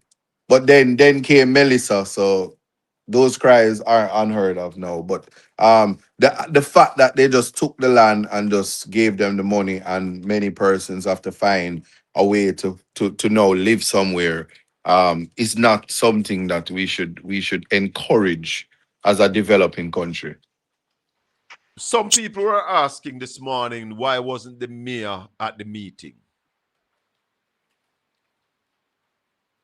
Let me respond to that. The mayor had his meeting in the morning. So the municipal council met with NWA separately. But why he didn't come to the public sitting with the people? Because remember, the mayor is the mayor of Port Antonio, which is which encompasses both division, Prospect, and the Port Antonio division, so him not care about the people, them? It's not that he doesn't care about the people. I think the incoming, the local government election that's coming will speak volumes because Portland is in need of a new council. Portland is in need, definitely. Somebody, I'm just gonna leave it at that. Neville called this morning and we were talking about the state of the town. And I even said to him, but you all said Anne-Marie Vaz was doing such a good job. Are you telling me that the town deteriorated in 6 months? And we both agreed that the council, led by Mayor Paul Thompson, is responsible for the garbage collection. We saw you put out a video the other day showing the garbage, the nastiness around the place. What is happening with that? Speak to us about that. I'm happy to say that NSWA has responded. It's just because you're not in the country why we haven't had a particular conversation that has to be had. I'll leave it there. But we are in the place has gone quiet because they have responded. So the place is looking. Are you saying that the place is looking better now? And it can get much better and will. Definitely. So right. So I will continue and people can look. If you look at social media, I am showing everywhere we go and everything that we do. So people happen in real time.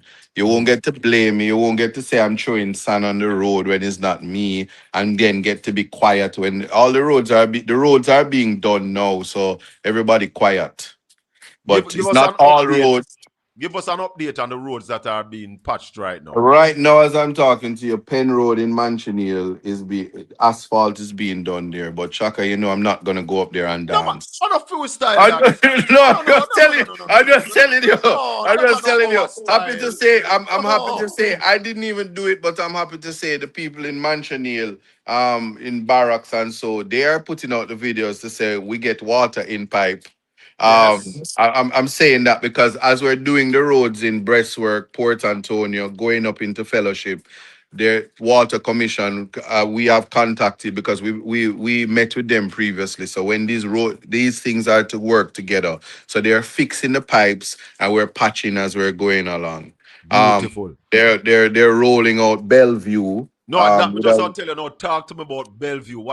Just say Bellevue quiet now because them up there and Squeaky and all who up there, them are do the work. Them too busy, so they're not cuss. So work is taking place on Bellevue. Right now. I went up there myself. Let me tell you what's happening. Will be taking place there.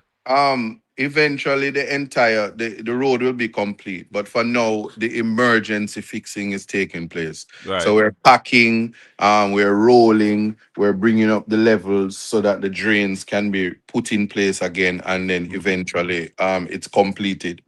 But you have a time period on that? I don't have a time period on that because it's not a part of them force order, work order. But the government has appreciated that that we don't want trucks rolling over and disappeared in bushes, so we have to put up plaques. So they have responded, and that's the type of advocacy that's happening right now. So while that is happening, we are doing the patching, and there are about 4 roads now that is being completed, the spark roads that they have started. I've appointed the liaisons officers and they're out there doing the work.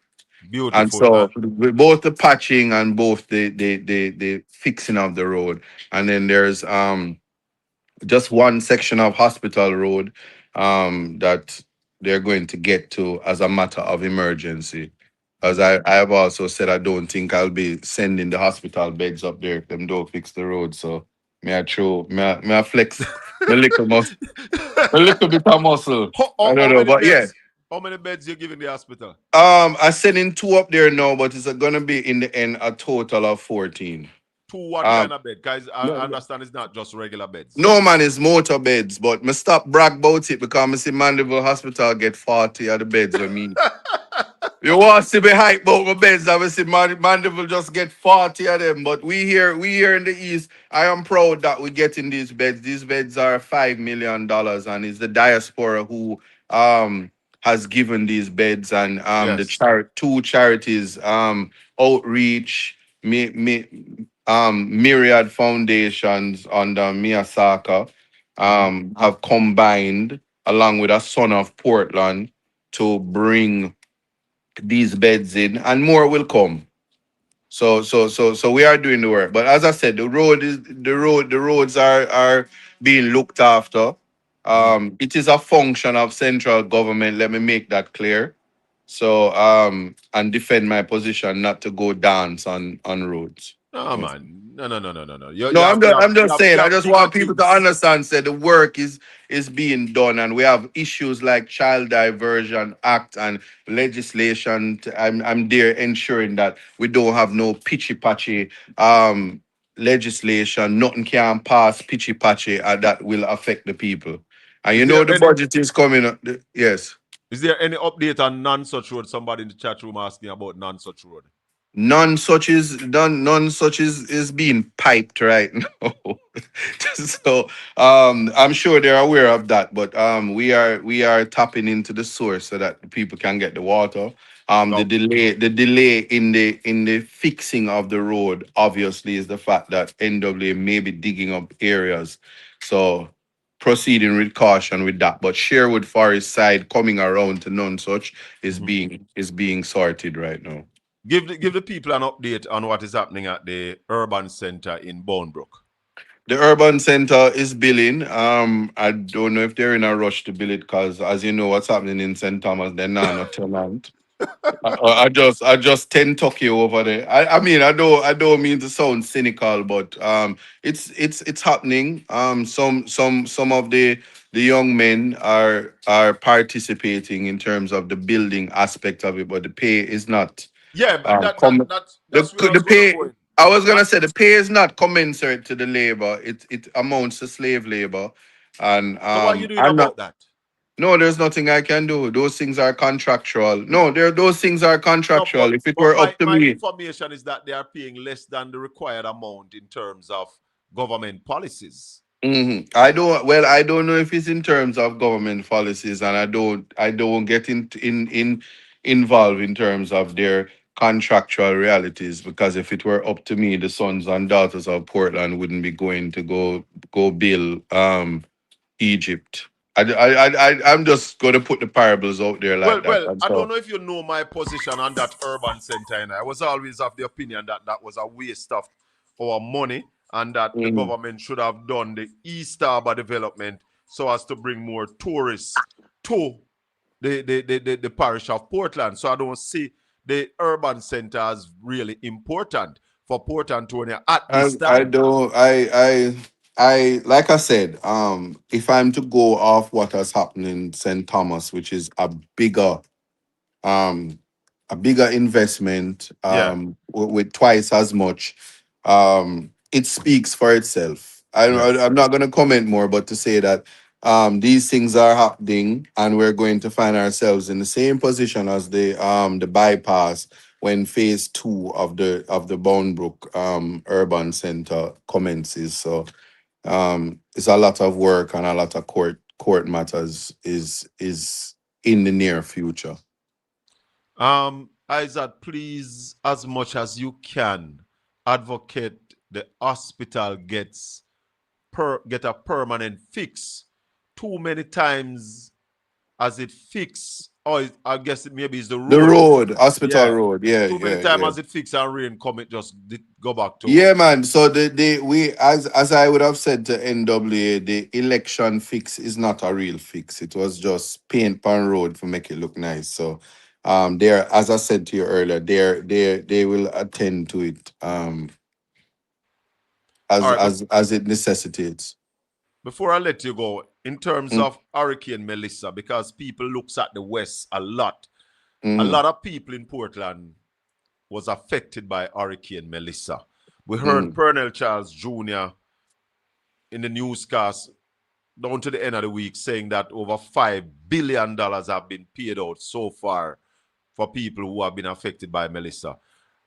Anybody in East Portland get any money yet from the government like that? Not one person get $1 from government. In Was the fact, assessment hold complete on in now. Portland? The assessment was completed. Yeah. There are multiple there are multiple programs going on including I would have had a $3 million allocation that possibly will assist. If I tell you it's more than 19 people, it's liar telling on myself. But put it at 50 because I'm not good at math. And even that was recently corrected, and that the period closes. Today is the 28th, right? So Yes. it closes today.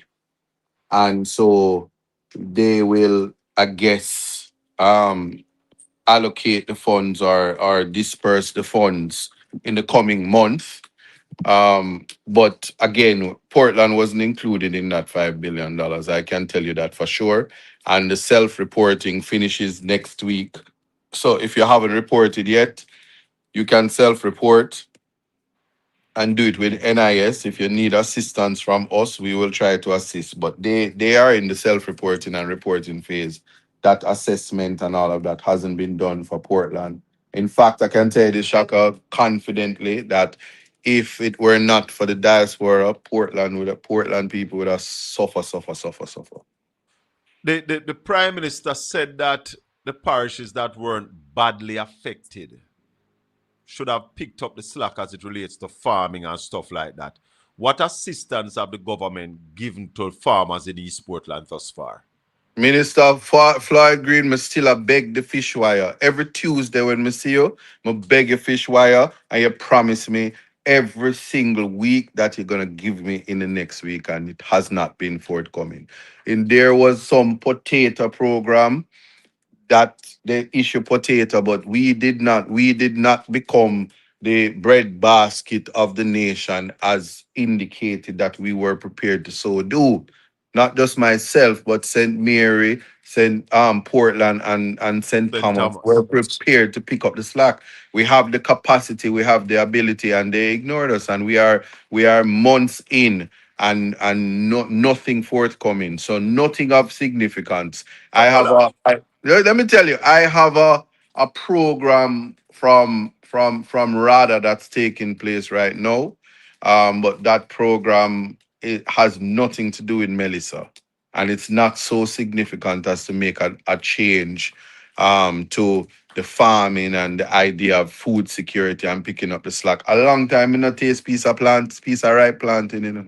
So you're saying with the big alabaloo by the Prime Minister, parishes that were not so affected should pick up the slack. You're saying that the government no pump $150 million in agriculture in East Portland. We just talk about East Portland. No, nothing for East Portland. And in fact, I'm gonna take it higher. It's not just agriculture.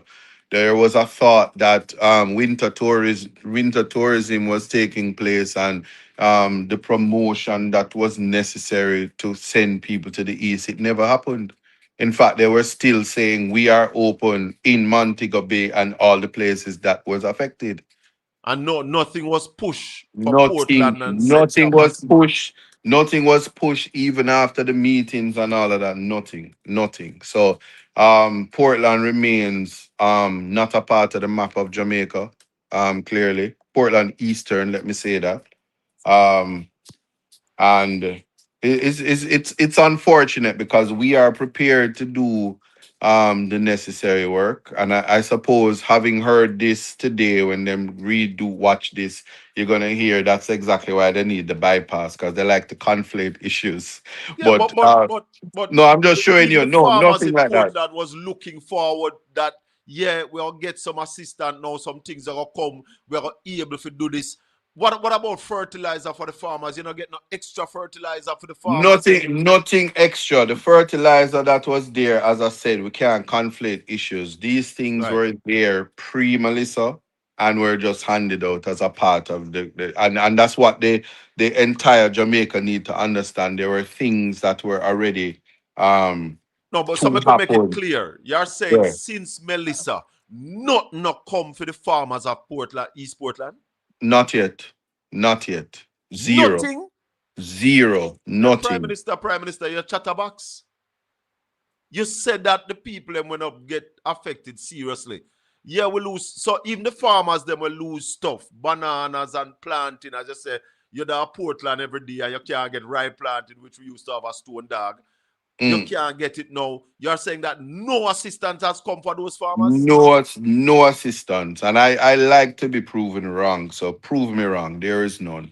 And in fact, they just haven't gotten to the east because they're focused on the west. And Yeah, but the rebuilding the narrative, West. no Fine. man, the rebuilding the west, the focus is on rebuilding the west. Check for yourself. The Pernell Charles Jr. was in Westmoreland with Dr. Dayton and Dwayne Vaz, and they was hanging out big checks. And people are saying, women check there, women check there, women check there. Yeah, but Floyd Green should be in Portland, St. Thomas, and St. Mary, St. Catherine, ensuring that farmers are up and running. Ensure sell a shop. I like to drink it.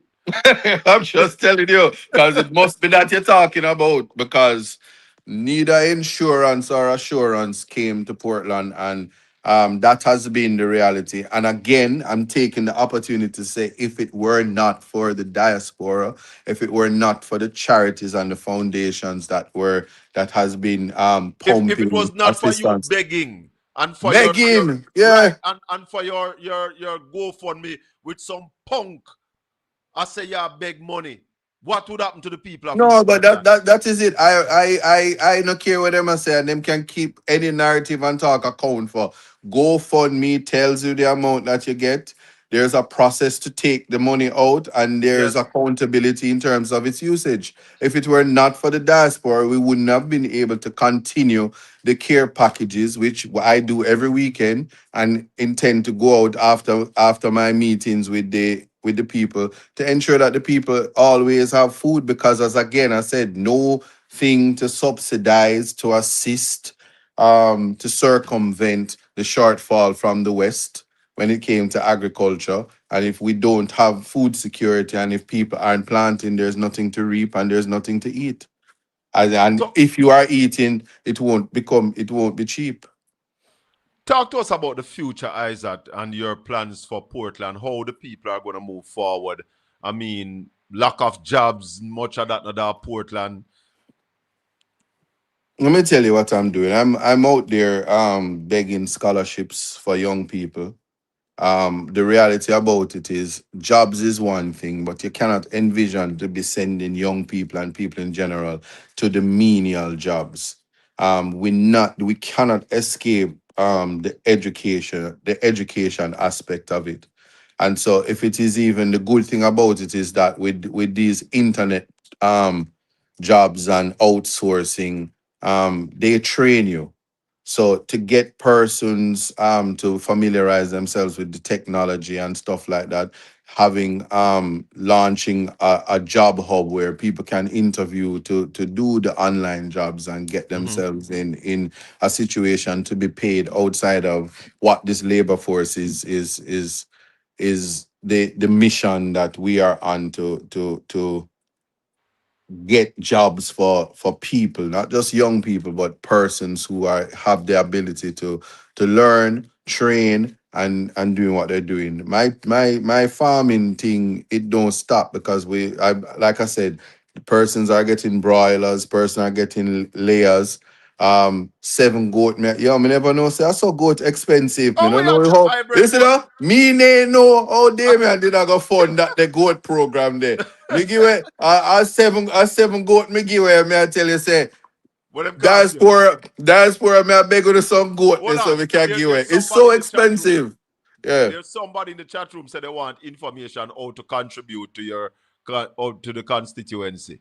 They can. My thing for transparency is to always do it through the GoFundMe. Even though GoFundMe takes 2.5% or something like that, you can see it. Even if you put it as anonymous, I don't want to be a situation where somebody says they give me X amount of money, and then when I say no, there's no documentation. So put it through the GoFundMe. Put it Tell through them how to find it. The GoFundMe is, I can send you the link, but it's on my Instagram. My Isaac Buchanan, it's on Instagram. The link is there. You click it and you do what you have to do. There's a Zelle also, but the same thing. I can provide the information and you put it out, but I prefer that because also we are in a time where, as you said, Shaka, you have people who just jump on the internet and ball out Chat teeth, a whole right? pash. And Sure. chat foolishness, and Yeah. I'm not about that. So the diaspora, as I said, have been the saving grace for Portland, but it also was the saving grace for my campaign. Yes. So we are continuing. They have pressured me to relaunch and complete the tablet drive, which we're going to commence in March, which is Yes. tomorrow. Yeah. We have a shortfall of about 4,000 tablets, and then we would have completed the entire student body of Portland, because we've gone Excellent. 3,750, and so Mhm. there's about 4,000 left. And then which means whether you had one or not, you would have gotten one from our program. And Mhm. then the replacing of tablets will be the next agenda, because everybody had one, and we'll do the internet aspect of it, and then try to encourage the ministry to you know make schools a little bit more technologically friendly, with Portland as a prototype. So I will Any, send you, if they can't get it, I'll send the information to you. anything you want to add finally before we let you go this morning? No, just keep doing what you're doing, Shaka, because your program is very instrumental in updating people of what's happening in Portland. Because state media is biased to the point that if them not having stroke and heart attack, I don't know what them having. Yeah. So we have to continue sending the information out there, so people in real time can know what is it that they need to do to ensure that the people who are in Jamaica, generally all across Jamaica, gets assistance. And sometimes it's each one teach one, and if you help your brother and sister, it goes a far way. We don't know who the next star is. So if a woman have 9 children and we're not supporting and helping her, if it's just Yeah. Pampers, we don't know where the Bolt and the Bob Marley is gonna come from. So we have to do that for Jamaica, because every life in Jamaica is valuable. That's Tell the me last something. thing I would say. No, one more thing. Is there Right. anything you can do to assist the raftsmen in Berrydale to get some more business? They're not getting the kind of business that they are used to. They are struggling. I mean, rafting on the Rio Grande was at one time the biggest thing in the world. Now they are just sitting there. As you say, the government is not promoting Portland, Yeah, East but you Portland. see, but you're answering it because the No, that's why minister, I'm the asking if honor. there's No, I'm anything saying that the you can do. honorable Ed. What I'm learning, and I'm learning how to deal with these people as time go by. The honorable Ed Bartlett is not concerned about Portland No, at all. GLP. Hold on, let me tell you something. Let me tell Yeah. you something. Mm, GLP has never mhm. concerned about Portland, and that's why I can't understand how Portland people vote Labour right anytime in their life. Let me give you a little Right. history. In the 1980s, Mhm. Anthony Abrams was Minister of Tourism and MP for East Portland, and Mhm. GLP Minister of Tourism. Under his administration, tourism, them take with tourism, carry it good on our west. In fact, Anthony Abrams and him crew, them put on alligator skin pan a man, put him in the Rio Grande and say alligator in a I'll Rio get to that Grande. We program there. take with Yes. rafting. No such thing, no gosso. Mhm. When Bruce Golding won in 2007, the sewage drainage and water project started in Port Antonio. They stopped it. It never started back till Portia win. When Andrew Holness won in 2016, the northern coastal highway from Harborview into Port Antonio started. Them stop it. Them change the whole thing. That road, that bypass that they're talking about was put in place by Portia Simpson Miller. Yeah? Mhm. And the Mhm. GLP stop it. In fact, Ardley Shaw said to build a new road to Portland no make economic sense. So Hence, every right. time GLP come in power, East Portland feel the blunt, suffer. They take something from us. So don't believe for a minute that they are concerned about Portland. No, but this is why I'm saying Portland people got it right. It's Jamaica people that East must wake Portland up. got it right. Yes, that's what I'm Yeah. saying. It's Jamaican people that must wake up. Because at the Well, end of the day, yes. hold on, caller. Finish your thought, Isaac. Yeah, I was saying because at the end of the day, as I said, when they come for us, if we ignore when they're taking advantage of one, the result is that it's going to be for all. Go ahead, caller. Morning. I mean, this. With respect to the recyclement of the persons affected by the bypass. Yeah. Please be advised that you have an involuntary resettlement strategy that was done by IDB some time ago when they were doing the North Coast Highway project. You hearing the caller, Isaac? Yes, I'm hearing. Yeah, man. Continue, caller. Right. So you for the basis of any response, you can use that document, as well as the fact that the main tenet of that document was to ensure that persons who are affected are not supposed to be worse off than when they doing the resettlement process. Before, yes, replacement value. And also note that present value of property is normally less than replacement value. So that strategy did not try to promote for a person to receive present value, because they will never be able to replace. So we must look at the replacement value. Yeah, I mean, right. Remember the structure, the lands that open up in those areas are going to be significantly higher, the value. And so there's going to be a reclassification of the area in such a way that if you get current market value now and you try to go across the street and buy a piece of land, the land is going to be 2 or 3 times the amount and you couldn't use that money. So the replacement value is the model, which is why I say there has to be direction from the court. So I agree with you, caller, 100%. All right, caller. Right. All right, you okay. Blessings. Right, okay. MP, thanks so much for the time this morning. Yeah, man. Thanks for having me. Do your good work. God bless you, all my right. brother. Big up yourself. Yeah. MP Isaac Buchanan. And of course, you hear the man say he is giving his time to all citizens who will be affected by this replacement.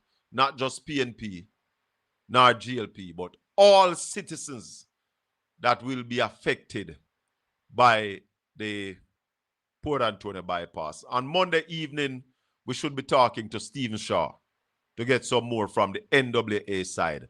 Land agency must come and stand up in front of the class and make a presentation and answer some questions. It can't be just this. So.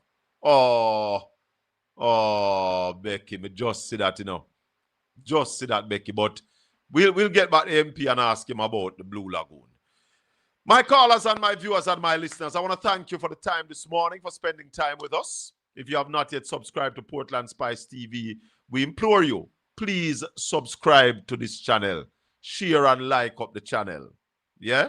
We give thanks for everybody this morning. Give thanks to Ralston Hyman for the time. Thanks to MP Isaac Buchanan. Thanks to you for being with us. Do remember to join us tomorrow morning when we take all the calls. Tomorrow morning is Talk Jamaica. Tomorrow morning, West Indies play India. Tomorrow evening, West Indies female team plays Sri Lanka in T20. Bless upon yourself. One love. May the good Lord continue to bless and keep you. Make his face shine upon you and be gracious unto you. The Lord lift up his light and give you his peace. Until we meet again tomorrow morning for Talk Jamaica, this has been the Colin Bell Show. No try free we big up Portland Spice TV. Tell them no try free we big up Portland Spice TV. Remember to subscribe. See, Portland Spice TV. Louis Culture said it once and we say it again. Portland Spice TV. We are going to hold them and pop it off.